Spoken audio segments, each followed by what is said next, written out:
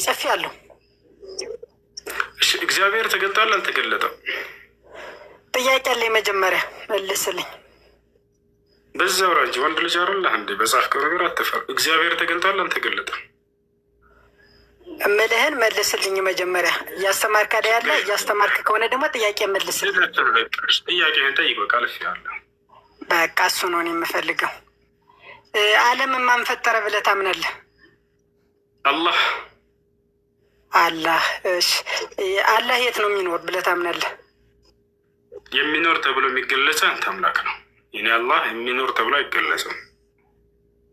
ኦኬ እሺ። አላህ ዓለምን ይጠብቃል ብለህ ታምናለህ? በደንብ አድርጎ።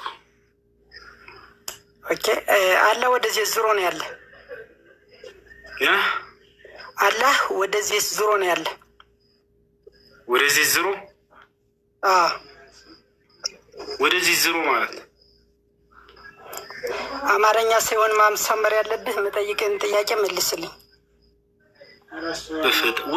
ወደዚህ ዙሮ እኮ ተብሎ ምንድን ነው? ወደ የት ዙሮ ነው ያለ ነው የምልህ። የት ሆኖ ነው ዙሮ ነው ያለ? ወደ የት? እርሱ ለመጠበቅ ወደዚያ ዙሮ የሚባል ቃል አያስፈልገውም ለእርሱ። እርሱ አላህ ስብሐነሁ ወተዓላ ፍጥረታትን ባለበት ሆኖ ይጠብቃቸዋል በቁጥጥሩ እኮ። ያለበትን አልወሰንክልኝም። አሁንም ደግሞ የት ላይ ሆኖ እንደሚያቸውም እየነገርከኝ አይደለም። ያለበትን አልወሰንክልኝም አይደለም። የት እንዳለ የት ነው ያለው ብለህ ብትጠይቀኝ ችግር የለውም። የት ነው የሚኖረው ስላልክ ነው። የሚኖረው ተብሎ የሚገለጸው መኖሪያ ቦታ ያለው ያንተ አምላክ ነው። የቱ ጋር ከተባለ ኢየሱስ ክርስቶስ ሲናገር በሰማይ የምትኖር አባታችን ብላችሁ ጸልዩ አለ። የምትኖረክ የት ነው ያለው ከተባለ እግዚአብሔር አርሽ ላይ ቁጭ ብሏል፣ ዙፋኑ ላይ። ላሳየህ መጽሐፍህ ላይ ዙፋን አለ፣ የራሱ የሆነ ዙፋኑ ላይ ቁጭ ይላል። ሲፈልግ ወደ ምድር እየመጣ በመላእክቶች ላይ በነ ክሩቤል ላይ በረራ ያደርጋል፣ ይበራል። እግዚአብሔር ሲፈልግ ወደ ምድር እየወረደ ህንፃና ግንቦችን ይጎበኛል፣ ያያል። ሲፈልግ ደግሞ በእጁ እየመጣ ያጨበጭባል። እግዚአብሔር መጽሐፍ ቅዱስ ላይ ሲፈልግ ደግሞ ስማ ራስ መለስከው። ኦኬ ጥያቄውን ራስ መለስከው። እግዚአብሔር በሰማይ ላይ ነው ያለ በዙፋኑ አልክ። ከዛም ደግሞ እግዚአብሔር በመሬት ላይ ያለ በኪሩቤል አድሮ እየወረደ ፍርድን ፍትህን ይሰጣል እያልክ ነው ያለ። ስለዚህ እግዚአብሔር በሰማይ ካለ ያላትናት በል ፍርድን ፍትህን ይሰጣል ሳይሆን በኪሩቤል ላይ ለምን ትመሻለህ ያላልኩትን በክሩቤል ላይ ሆኖ ይበራል ነው ያልኩት። ይበራል እግዚአብሔር በክሩቤል ላይ ሆኖ ይበራል፣ በረራ ያደርጋል። ምድር ላይ እየመጣ እግዚአብሔር ክንፍ አለው ይላል። እግዚአብሔር ክንፍ አለው ይላል። ይበራል እግዚአብሔር በራሪ ነው። እግዚአብሔር ክንፍ አለው ይላል ወይ ነው የምልህ። ለመብረር ክንፍ መስፈርት ነው። እግዚአብሔር ክንፍ አለው መልሳ ማን አለ? አዳምጥ። ክንፍ የሌለው ነገር ሊበር ይችላል። ሎጂኩን ምን መጀመሪያ እና መጽሐፍ ላይ ላሳይህ። ይበራል ና ላሳይህ። አይደለም ይኸውልህ ልንገር እንዴ ፈጣሪ እኮ ነው። መብረርም ሁሉንም ነገር ማድረግ ይችላል ልልህ ፈለግኩት። ይበራል። አምነህ ተቀበል። እግዚአብሔር ይበራል።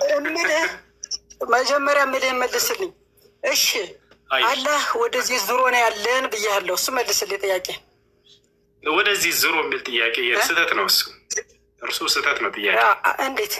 እንዴት ባለበት ሆኖ ፍጥረታትን ሁሉ ይጠብቃል። በምኑ ከተባለ የሚጠብቀው በትእዛዝ ማስረጃ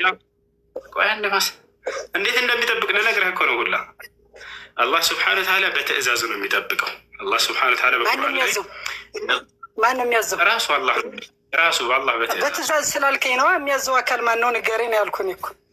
በፈጣሪ ስም እሱን የሚያዘው የለም። እርሱ በትእዛዙ በቃሉ ነው በቃ የሚጠብቃቸው ፍጥረታትን ሁሉ። ስለዚህ በትእዛዙ ብለህ ከማውራት በፊት እሱ በፈቃዱ ብለህ ብትለኝ እንኳን ቢያንስ ደስ ይላል። ፈቃድና ትእዛዝ ምንድን ነው? ትእዛዝ ልዩነት አለው። ትእዛዝ ከሆነ የበላይ አንተን ዶሜን የሚያደርግ አካል አለ የሚያዝህ የሚልክ። እሱን የሚያዘው አካል የለም ዘለቀ። እርሱ በራሱ ትእዛዝ ማለት በራሱ ፈቃድ ማለት እኮ ነው፣ ሌላ ነገር እኮ አይደለም። አላህ በቁርአን ላይ ሲናገር በራሱ ፈቃድ አላልከኝ፣ በትእዛዝ ነው የሚኖር ብለኸኛል። አዳምጥ። እርሱን የሚያዘው አካል እንዳለ አድርገህ ነው የተረዳኸው። እንደዚህ አይደለም። ይሄ ያለው በአንተ አምላኮች መካከል ነው። ያንተን አምላክ ኢየሱስን ያዘዋል። አልከኝ ትክክለኛ ለመሆነ ራስህ እኮ ነው እየተነቀቀ። አትደረብ። ይኸውልህ ጠይቀህ ልክ ልመልስ ስል አትደረብ። ማዘዝና መታዘዝ ያለው በአንተ አምላኮች መካከል ነው። አላህ ስብሐነሁ ወተዓላ ግን ብቸኛ ነው፣ ማንም አያዘውም። ራሱ ፍጥረታትን ሁሉ በትእዛዙ ይጠብቃቸዋል። ገብቶሃል አይደል? ያንተን አምላክ ግን አንዱ ሌላኛውን ያዘዋል። ኢየሱስ ክርስቶስ የአምላኩን ትእዛዝ ይፈጽማል በምድር ላይ ታል አይደለ? ዮሐንስ ወንጌል ምዕራፍ 17 ቁጥር 4 ላይ ያዘዝከኝን ሁሉ ፈጸምኩ በምድር ላይ ይላልና ላሳይህ መጽሐፍ ላይ አምላክህ በመካከላችን መተዛዘዝ ያለው በአንተ አምላኮች መካከል ነው እና ላሳይህ ያው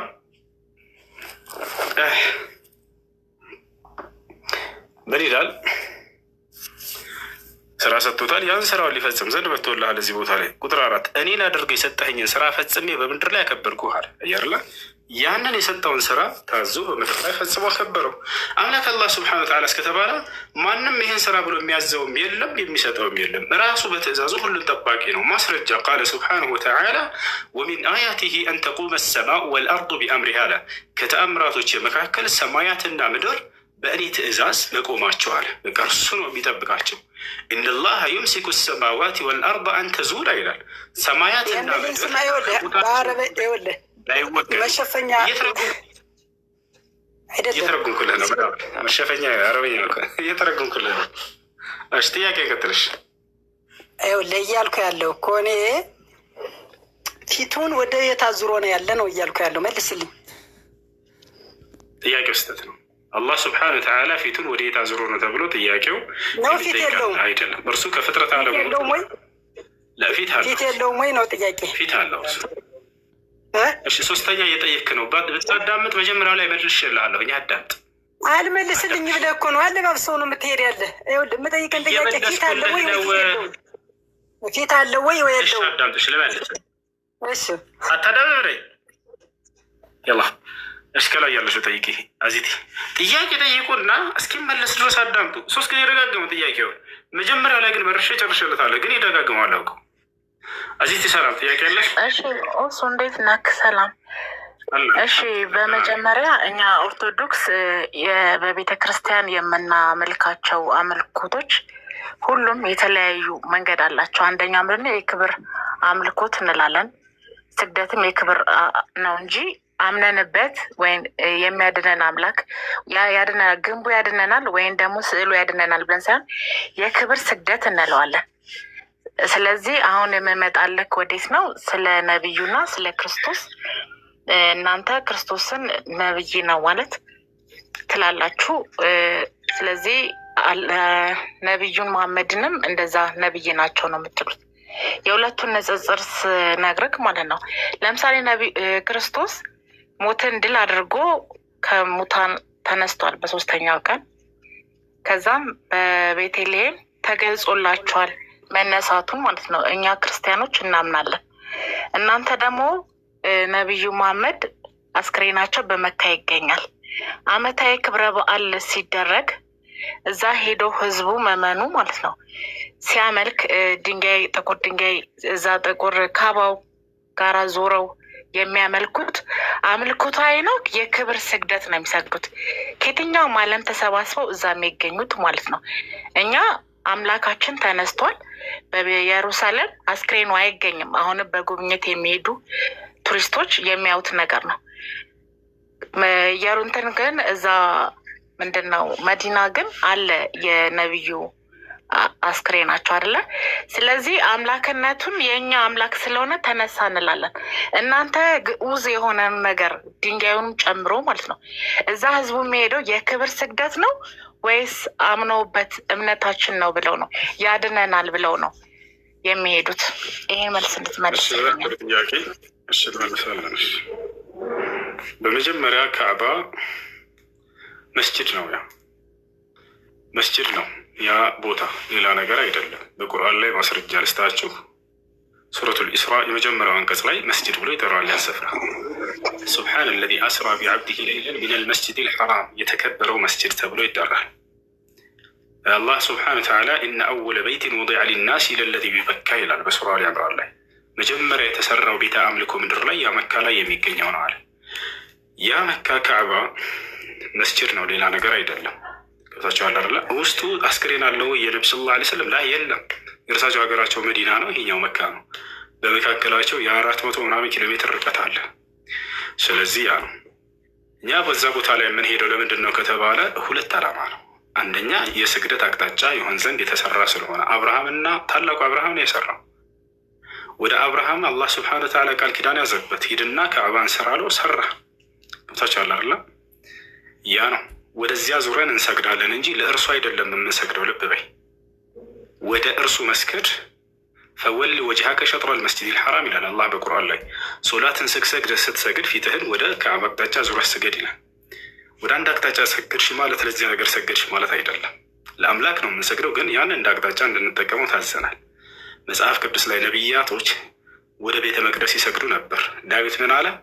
ወደ ቤተ መቅደስ ዙሬ እሰግዳለሁ አለ። ወደ ካዕባ ዙረን እንሰግዳለን። ግን ዳዊት ቤተ መቅደሱን እያመለከ ነው አትይም። አይ አምላክን ነው የሚያመልከው፣ ግን ወደዚህ አቅጣጫ እየዞረ ነው አትይም። ከታሪክ ልክ እንዲሁ ይህን መጽሐፋችን ቢያስተምሯቸው ኑሮ እነዚህ ጥያቄዎች ይገባቸው ነበር። ግን አያስተምሯቸውም። ችግሩ ኢየሱስ ጌታ ነው ብቻ ነው እንድትሉ የሚያደርጓቸው። ቀጥሎ ምንድን ነው ከተባለ ኃጢአትን ማሰር በተመለከተ ኃጢአት መማርን በተመለከተ በዚያ ቦታ ላይ ሰዎች ሲሄዱ የአምላክን ትእዛዝ ሰው በነቢያት በኩል የታዘዘውን አምላክ በነቢያት በኩል ያዘዘውን ትእዛዝ ሰው ሲፈጽም ጊዜ ኃጢአት ይማራል አይደለ? ያ ነው፣ ሌላ ነገር አይደለም። አንቺ በምትሰግጅ ጊዜ ሂደሽ ኃጢአትሽ ይማራል። ወደ መካ ሂዶ ሰው ሶላትን ሲሰግድ ጊዜ ልክ እንዲሁ ለዚያ ለአምላኩ ኃጢአትሽ ይማራል። ልክ ያ ነው። አሁን ያን ካዕባ ማን የሰራው? ነቢያቶች። ወደ መካ ሄደው ሐጅ እንዲያደርጉ ነቢያቶች ታዘው ነበር ወይ? አዎ።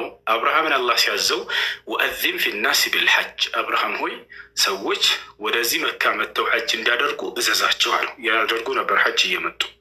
ኢየሱስ ክርስቶስ ወደ መካ ሄዶ ሐጅ አድርጓል። ቃል ነቢ ሰለላሁ ዐለይሂ ወሰለም ረአይቱ ዒሳ ብን መርየም ወሁወ የጡፉ ዐለል በይት፣ የማርያም ልጅ ክርስቶስ ወደ ካዕባ ሂዶ ሐጅን ሲያደርግ አይቼዋለሁ ብለው ተናገሩ። አምላክ ለነቢያት እንደሚገልጥላቸው የነቢያትን ስራ ለእርሳቸው ገልጦላቸው ይህንን አይተው ተናግረዋል። ጭራሽ የዘመኑ ፍጻሜ ከመድረሱ በፊት ዳግም በሚወርድ ጊዜ ከሰማይ ክርስቶስ ወደ መካ ሂዶ ሐጅ ያደርጋል። ማስረጃ ቃል ነቢ ሰለላሁ ዐለይሂ ወሰለም የንዚሉ ዒሳ ብን መርየም ፊ አኺሪ ዘማን ፈየሑጁ በይቲላህ ወየዕተሚር፣ የማርያም ልጅ ክርስቶስ የዘመኑ ፍጻሜ ከመድረሱ በፊት ወደ ምድር ይወርዳል። ወደ መካ በመሄድም ሐጅና ዑምራን ይሰራል። ያው ተቻለ። ይህ ነው። ሌላው ትልቅ ሰርፕራይዝ ልስጣችሁ ክርስቲያኖች፣ በመጽሐፋቸው ላይ ነቢያቶች ወደ መካ ሂደው ሐጅ ያደርጉ ነበር። መጽሐፍ ቅዱስ ላይ ማስረጃ ላሳያቸው። ተከታተሉ።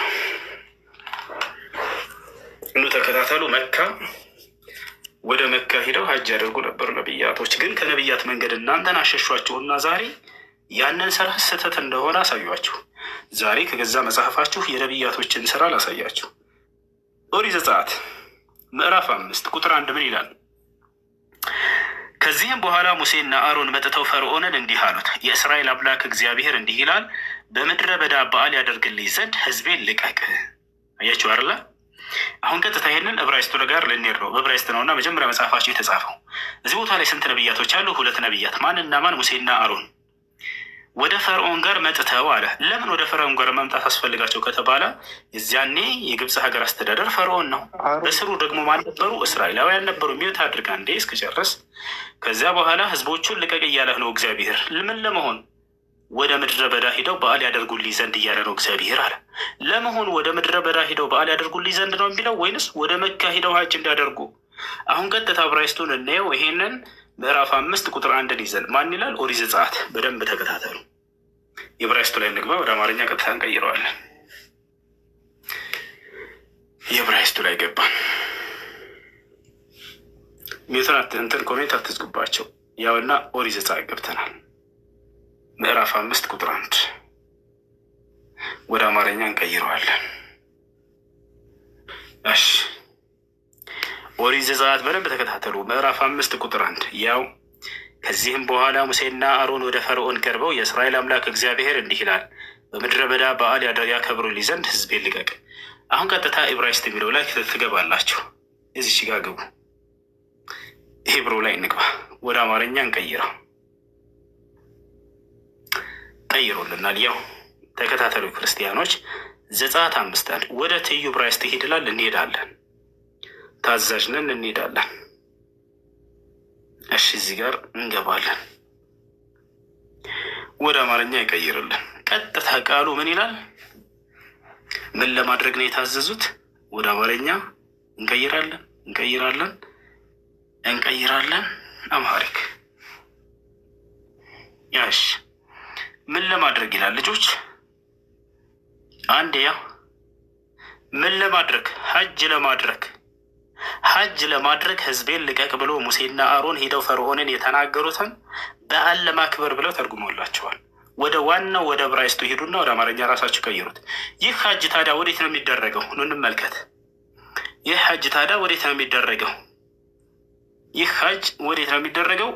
የጀማ ምን ይላል? ወደ መካ ሐጅ አድርግ። አላሁ አክበር። ይህ እያሳያቸው ያለሁት ከቁርአን እንዳይመስላችሁ፣ ከሐዲት እንዳይመስላችሁ፣ ባይብል። ወዴት ነው ሐጅ አድርጉ የተባሉት? ወደ መካ። ወደ መካ ሐጅ አድርጉ። አያችሁ አይደል? ይህን ይመስላል። ታዲያ ይህ መካ የት ነው? እስኪ ትንቢተ ኢሳያስ ላይ እንነገር። በትንቢት ላይ አንድ የተነገረ ታላቅ ቤት አለ። እርሱ እንመልከተው። ትንቢተ ኢሳያስ ላይ እንግባህን ደግሞ ኢሳያስ ላይ ገባን። ኢሳያስ ላይ አንዴ በአረበኛ ሙስሊሞች ኮሜንት ላይ መካ መካ መካ እያላችሁ ጻፉ። በአረበኛ መካ እያላችሁ ጻፉላቸው አንድ ጊዜ።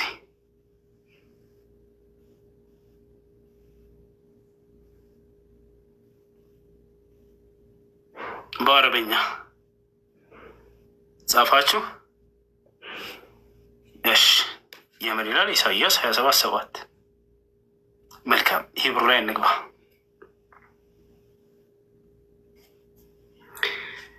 እሺ መካ እያሉ እየጻፉላቸው ነው። ቀጥታ ይሄንን ዕብራይስጡን ሂደን ወደ አረበኛ እስኪቀይርላቸው ሌላ ቦታ ሳይሆን፣ አረበኛ መቼም የሙስሊሞች ብቻ አይደለም፣ እዚህ ቦታ ላይ መጀመሪያ መጽሐፋቸው እንደሆነ አላሳያችሁ። ኢሳያስ 27:7 ይላል አይደለ? ወደ ትይዩ ዕብራይስጥ ሂድ፣ እዚህ ጋር እንገባለን። እስኪ ወደ አረበኛ እንቀይረው። እንግሊዝኛው ላይ ያው መካ ብሎላችኋል፣ ችግር የለውም። ግን እስኪ አረበኛ እንመልከተው። ወደ አረበኛ እንቀይረውና ኮሜንት ላይ መካ እያሉ እየጻፉላችሁ ነው አይደል? ይታያችኋል።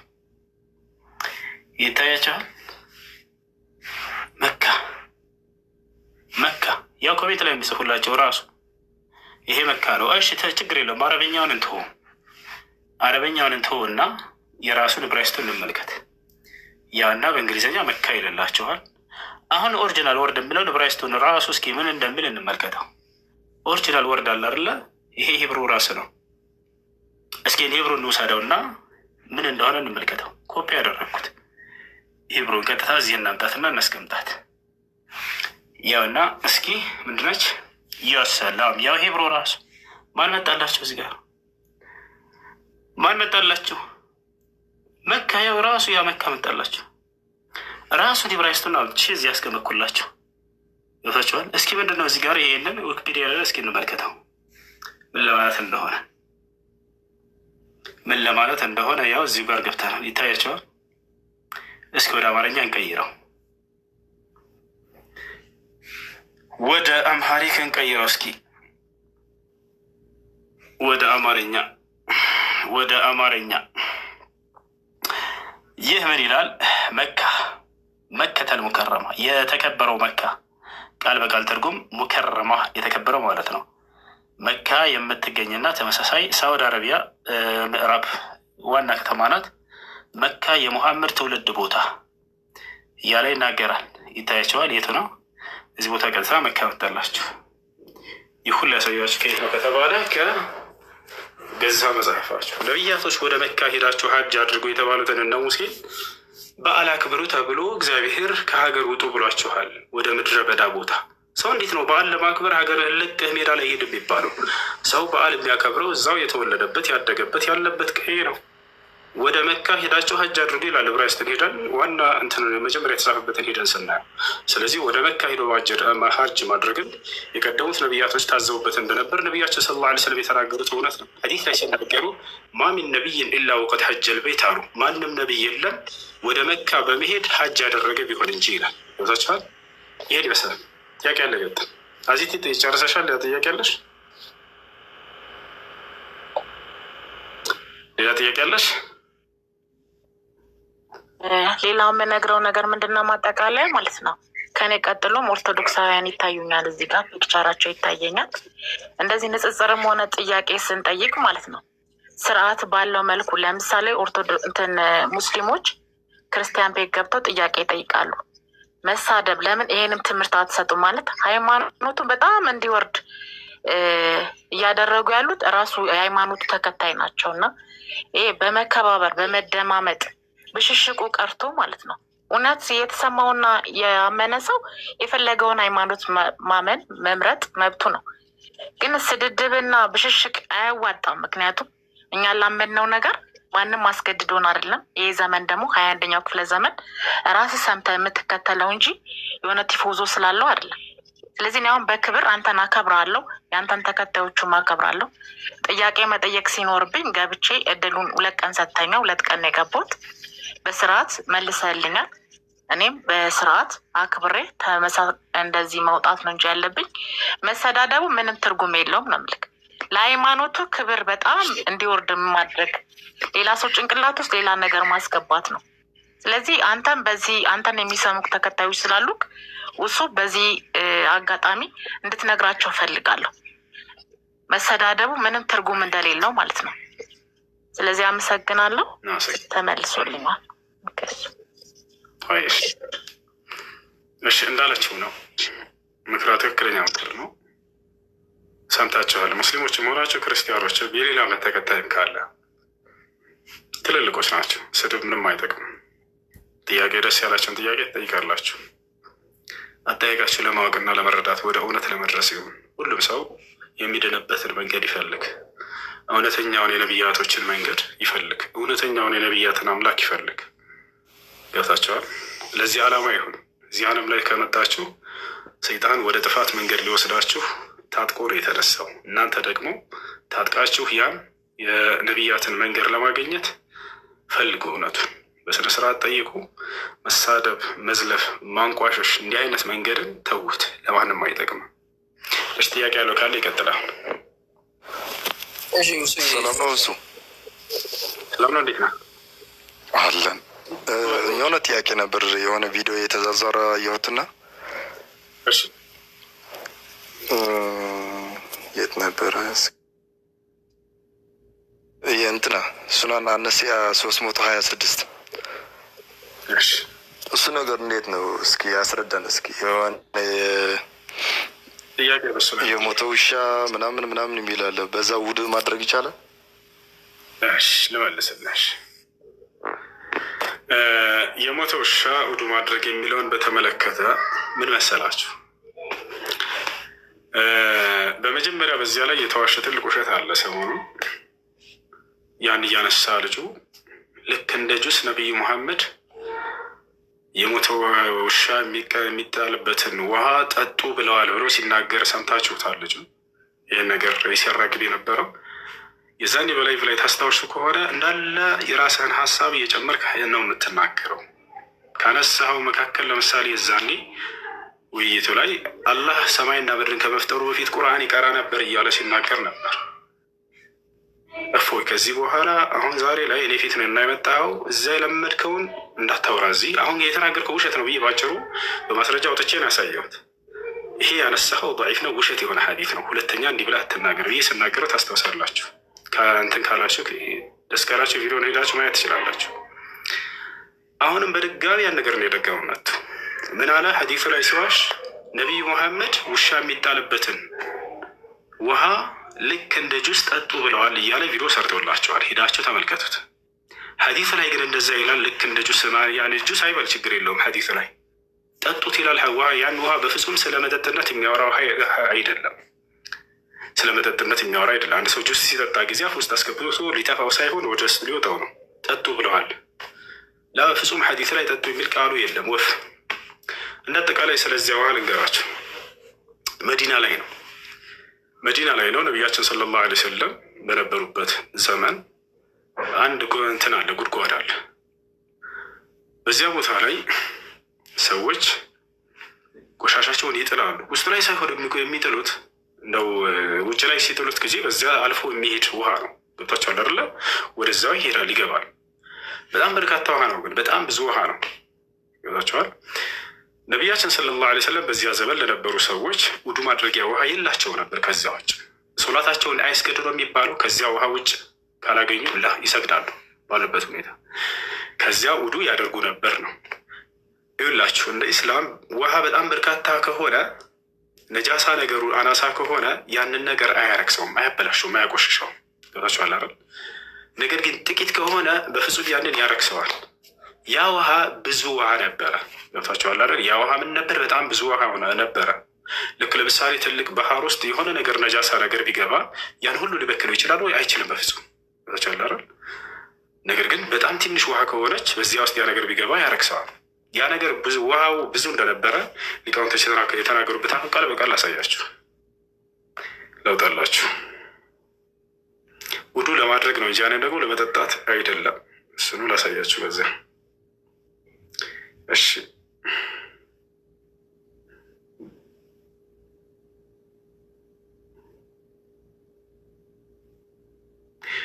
ቢዕር ቢضاعة ትባላለች።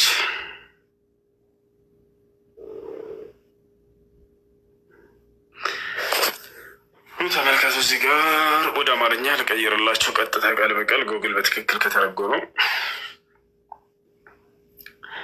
እንዲህ አሉ። የአላህ መልእክተኛ ሆይ የወር አበባ ሴቶችና ሌሎች ርክሰቶች ለማጽዳት የሚያገለግል ውሃ የያዘውን የቡድአ ጉድጓድ ውሃ ታጠባለህ ብሎ ተርጉሞታል። ትታጠባለህ በዚያ ነው።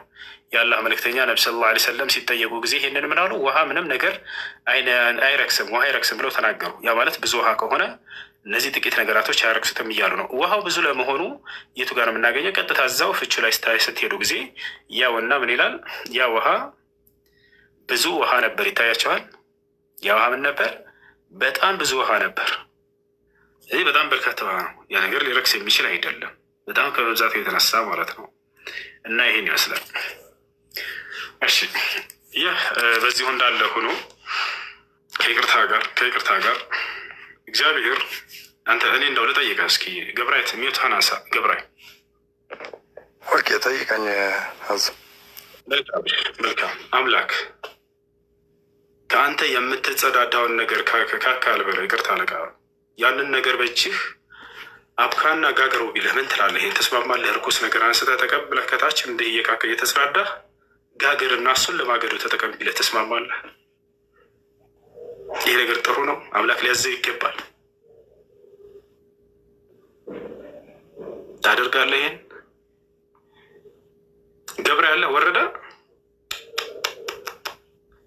እግዚአብሔር እንደዛ ይላል። ከሰው የሚወጣን እርኩስ ማነው ኩስ ይላል በፊታቸው ጋግረው እና እሱን እንደማገዶ ተጠቀመው ይላል። ተጠቀሙት እሱን። ይሄን አይምሮ ይቀበለዋል። በእጅህ ተቀብለህ እንዲህ ከታች ትቀበልና ስትካካ ስትጽዳዳ በፊት መጋገር። ይሄን ያለበትን ላሳያችሁ ነው መጽሐፍ ቅዱስ ላይ። ይሄን መጽሐፍ ቅዱስ ላይ ላሳያችሁ።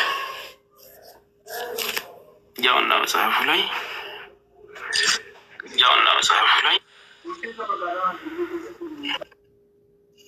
አንድ ቤት አድርጉ ልጆች። ምዕራፍ 4 ቁጥር 12 ላይ ተመልከቱ። እንደ ገብስ እንጎቻ አድርገህ ትበለዋለህ፣ ከሰውም በሚወጣ ፋንድያ በፊታቸው ትጋግረዋለህ ይላል። ከሰው የሚወጣው ፋንድያ ምን ይባላል? ያውና ፋንድያ ብሎ ጠራ። ፋንድያ የሚባለው ከአህያ የሚወጣ ነበር። እንደው ምናልባት ተርጓሚዎቹ ቃሉ አሳፍሯቸው ሊሆን ይችላል። ከሰው የሚወጣ ያን ነገር ማለት ነው። ያንን በፊታቸው እሱን ትጋግረዋለህ አለ። ከሰው የሚወጣ ፋንድያ ስተህ በእግረህ በእጅ መጋገር ይሄን አምላክ በፍጹም ሊያዘው አይገባም። ከዛ የሚገርማችሁ ብጨርስላችሁ ሕዝቅኤል ወየው እግዚአብሔር እኔ ርኩስ ነገር እንዲነክች አላውቅም ይላል። ከዛ ይለዋል እግዚአብሔር ይቀይርለታል። በቃ ከሰው የሚወጣውን ፋንድያ እሱን መጋገርህን ተውና ከእንስሳ በሚወጣ ፋንድያ ጋገር በቃ ነው። ኩበት የምንለው ማለት ነው። ከከብት ከአህያ ከምናምን የሚገኘውን በቃ በእሱ ተጠቀም ማገዶነት አለው። ይሄን ግን ከሰው የሚወጣውን ፋንድያ በእጅህ እየጠፈጠፍክ ምናምን እንደዚህ ትጋግራለህ። ከዚያ እሱን ለማገዶ ተጠቀም። ከባድ ነው ለሰው ልጅ። ሕዝቅኤልም በጣም ከበደው። እግዚአብሔር ይሄ ነገር ለላይ ከባድ ነው በቃ ይህን ይመስላል። እሺ ለማንኛውም ጥያቄ ያለው ካለ ይከተኝ። ይህን ቶ የሚጠቀም ነገር እናውራ። ስላነሳችሁት ነው እዚያው አንጻር ረንሳላችሁ። እሱ ሰላም ሰላም፣ እንዴት ነህ ሳሚ? ደህና አሎ። ደህና እሰማለሁ። አዎ ይሰማል። ኦኬ መጀመሪያ የገባሁት ለሌላ ጥያቄ ነበር። እስቲ መካከል ላይ የሆነ እንትን ስትል ሰማውና ያችን ላንሳና ወደ ዋናው ጥያቄ እገባለሁኝ። እሷችን እንትን የቀብር ቅጣት ላይ እያስተማርክ ነበር የገባሁት እና ሙሉ በሙሉ ይሰማዎታል አልመሰለኝም። የቀብር ቅጣት አስፈላጊ ነው ብለህ ታምናለህ? ወይም ደግሞ የቀብር ቅጣት ላይ የሚጠየቁ ጥያቄዎችን ፈጣሪ ቀድሞ አያውቃቸውም ብለህ ታምናለህ? ለመጠየቁ አለማወቁን አያሳይም። እርሱ የወደፊቱንም የሚመጣውን ሁሉ የሚያውቅ ነው አምላክ። ስለዚህ አስፈላጊ አይደለም ማለት ነው። እኔ ከሞትኩ በኋላ እኔን ቀስቅሶ ያልካቸውን ነገሮች መጠየቅ አስፈላጊ ነው ብዬ ስለማላምን ነው።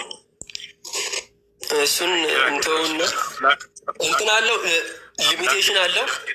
የሰው ልጅ እንደሞተ ነው የሚቀሰቀሰው ወይስ እንዳታልፍ? ቆይ አንድ ጊዜ ቆይ። አምላክ የትንሣኤ ቀን ከአምላክ ፊት ትቆማለህ አትቆምም? አሁን ስለ ቀብር ቅጣቷ ነው የወራ ነው።